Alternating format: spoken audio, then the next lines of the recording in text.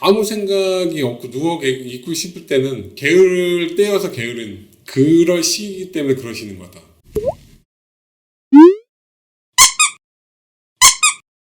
안녕하세요. 안녕하세요.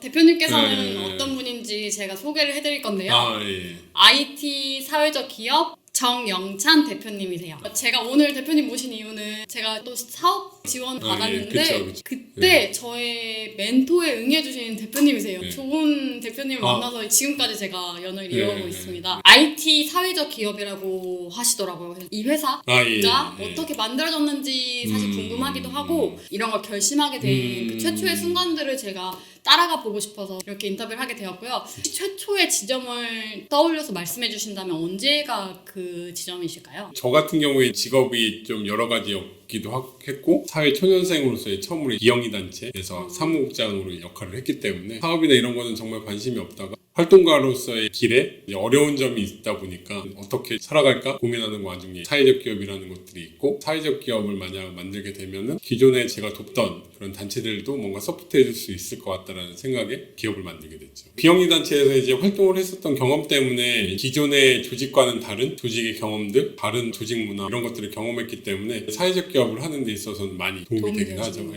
사회적 기업이라고 하는 곳은 어쨌든 기업이기 때문에 비용이 맞습니다. 지출이 있을 건데 그런 것들은 어떻게 그걸 깨닫게 되는데 2년이 걸렸죠. 2년 동안은 네. 정말 이게 비영리 단체인지 기업인지 사회적 기업 같은 경우에 두 마리의 토끼를 쫓아야 되는 부분이 없지 않아 있기 때문에 사회적 기업 하시는 분들한테 기업가 정신이라든지 이런 것들 외부에서 교육을 많이 하거든요. 기업가의 정책성 찾는 데는 좀 시간이 오래 걸렸죠. 기업이라고 하는 것은 정의하기에는 아직 이르긴 하지만 구성원들이 안정적으로 활동할 수 있는, 생활할 수 있고 일할 수 있는 공간이 돼야 된다는 것들에 대해서 많이 느꼈거든요. 수입을 어떻게 창출하시나요? 제가 하고 싶은 일을 하면서 영리는 따라올 것이다.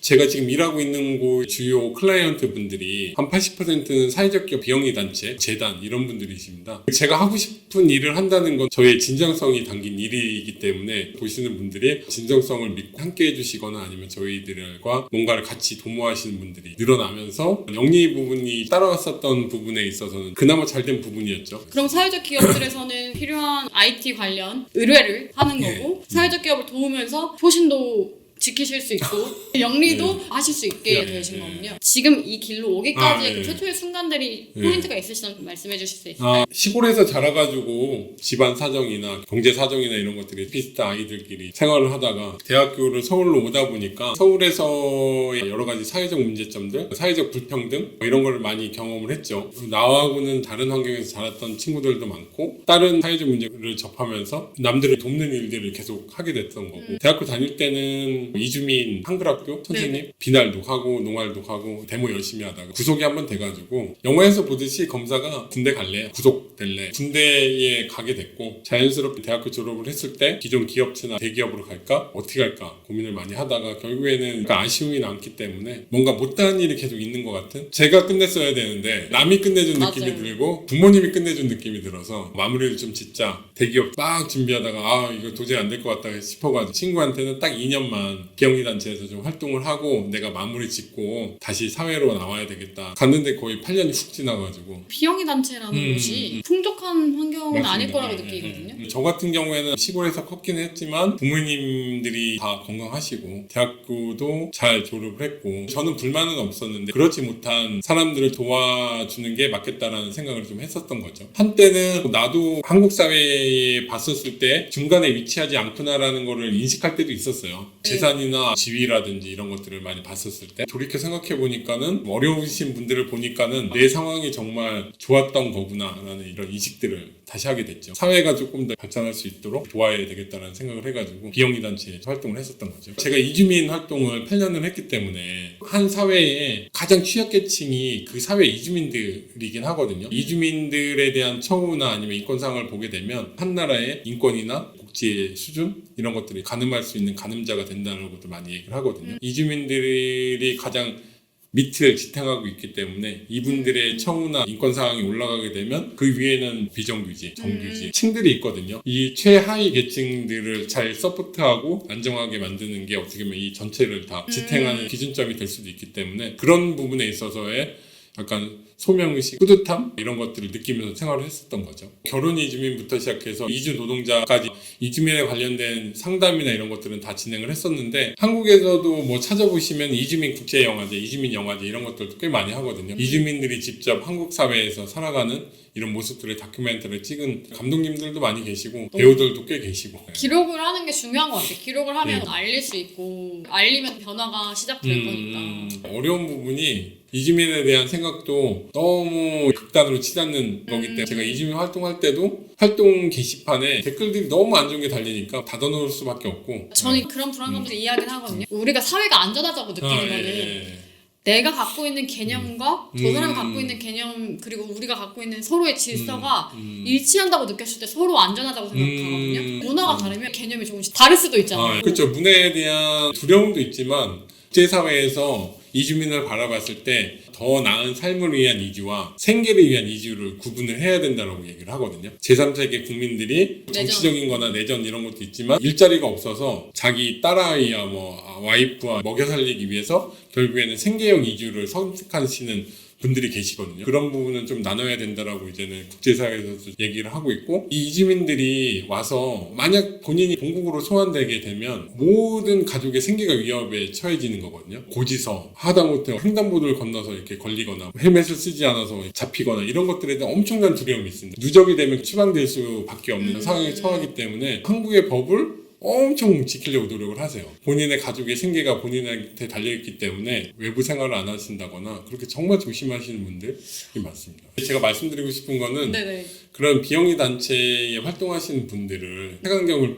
끼고 보지 말고 사회 안전망을 위해서 열심히 하고 계시니 그냥 응원을 받고 하면 좋은데 옆에서 지켜만 보셔도 비영리 단체라는 게 한 사회의 스펀지라고 윤활유 국가나 가족이라는 그리고 직장이라는 톱니바퀴가 막 맞물려서 사회가 구성되고 있는데 윤활유가 없으면 막 마무되잖아요. 적절한 안전망과 케어해줄 수 있는 걸 이제 비영리 단체들이 담당하고 있다고 생각을 하기 때문에 한 국가나 한 사회를 구성하기 위해서의 비영리 단체들이 하는 역할들이 있다라는 것을 그냥 옆에서만 지켜만 잘 봐주시면 좋죠. 사회를 구성하는 한 일부분이라고 생각해주면 정말 그 나오시게 된 그 혹시 결심하신 뭐 특별한 이유가 있을까요?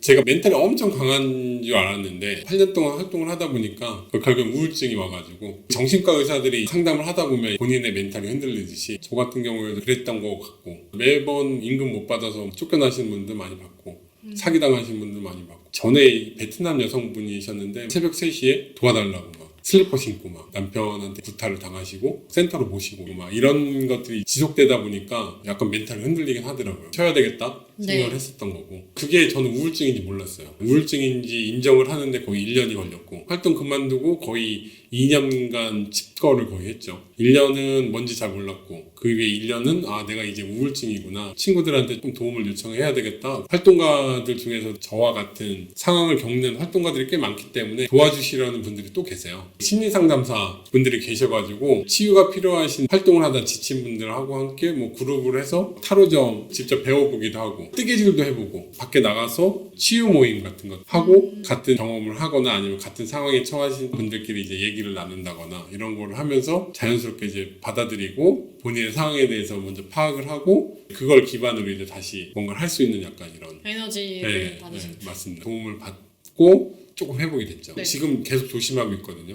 우울증이라는 게 내 주변에 항상 있구나. 자신도 돌아보고 너무 자만하지 않고 뭔가 힘든 일이 있을 때마다 잘 견뎌낼 수 있을지 아니면 내가 지금 우울증에 약간 노출된 건 아닌지 제가 활동할 때도 원래 1년에 2-3일씩 잠적을 했었습니다. 조짐은 보였었는데 저의 우울증은 생각하고 싶지 않고 그리고 특히 우울증이 끝나고 나서는 예전 기억을 잘 못합니다. 예전에 같이 만났던 사람들, 예전에 같이 활동을 했었던 이주민 분들이나 이런 이름 잘 기억 못해요. 약간 생존에 대한 메커니즘? 아픈 기억들을 스스로 치유하면서 잊어버리는 메커니즘이 좀 있는 것 같아요. 저도 이제는 예전에 같이 생활했던 분들도 많이 만나고 있는데 예전에는 이주민의 입자만 들어도 그냥 잤습니다. 아까 말씀하신 대로 마음의 상태를 관찰하시면서 언제든지 다시 그런 상태가 될 수 있다는 걸 계속 그쵸. 그거는 확실히 도움이 되는 것 같아요. 자만했습니다. 멘탈 엄청 강하고 초긍정적이다. 멘탈이 강하다고 해서 감정의 기복이 없다? 그런 건 아닌 것 같아요. 극복을 얼마나 하느냐 아니면 지금처럼 잘 계속 그걸 유지하고 계시느냐 컨트롤하고 계시냐 맞습니다. 그게 사실 멘탈이 강하다라고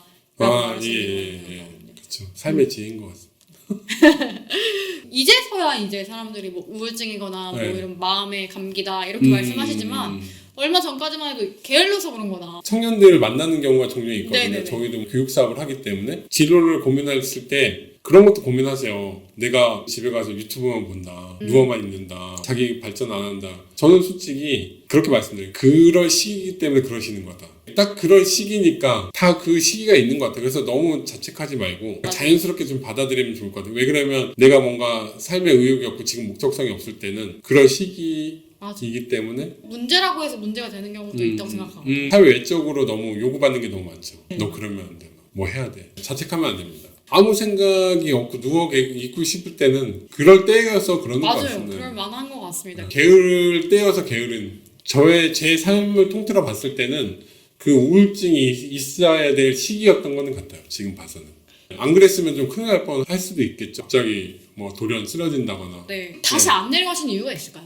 내려갈 생각도 했었죠. 솔직히 아버지, 어머니 뵙기가 좀 그래가지고 제가 예전에 데모하다 잡혀 들어갔었을 때 네. 나오면서 어머니가 내 눈에 흙이 들어가기 전까지는 하지 말아라. 예, 알겠습니다. 그러고 부모님들에게는 이제 출판사 취직했다 그러고 8년 동안? 네. 부모님들이 설마 아유 그거 봐라. 부모님 말 들었어야 되지 않겠느냐라는 그런 말은 안 하실 거긴 하지만 조금 뵙기가 좀 그렇죠. 내가 결정했던 사항으로 내가 이런 현상에 처했기 때문에 부모님은 솔직히 조금 이상하다는 걸 감지하셨겠지만 제가 우울증을 겪었다는 건 아마 모르실 거예요. 일 안 하시는 건 알고 계셨던 거죠. 뭔가 눈치는 채셨겠죠. 그리고 한 달에 한 번 정도 올라오셨기 때문에 그때 잘 사는 모습을 보여드리려고 집안 다 청소해놓고 막 냉장고 채워놓고 막 8년 동안 일했던 모아놓으신 돈으로 1년, 2년을 버티신 거네요. 계속 까먹긴 했죠. 근데 활동가로 활동했을 때는 활동을 하기 위해서 투잡을 떼야 되니까 그 중에 이제 가장 돈을 벌 수 있는 네. 그 활동하시는 분들은 아직도 뭐 대리운전 하시고 신변 이제 논술학원에서 겨울이나 아니면 방학 때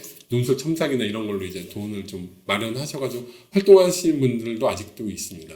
그게 삶의 가치. 삶의 가치. 네, 소명의식에 라고 완전히 그냥 그렇죠. 주위에서 봤을 때는 미친놈이죠. 무엇을 네. 위해 사는가라는 그쵸, 그쵸. 거 네. 기준이 완전히 다르신. 그렇죠. 그래서 맨날 그 부모님들 하시는 레파토리들이 있습니다. 너가 잘 되고 도와라. 지금 왜 이렇게 돕냐? 지금은 다 이해합니다. 그때 이해 못했죠.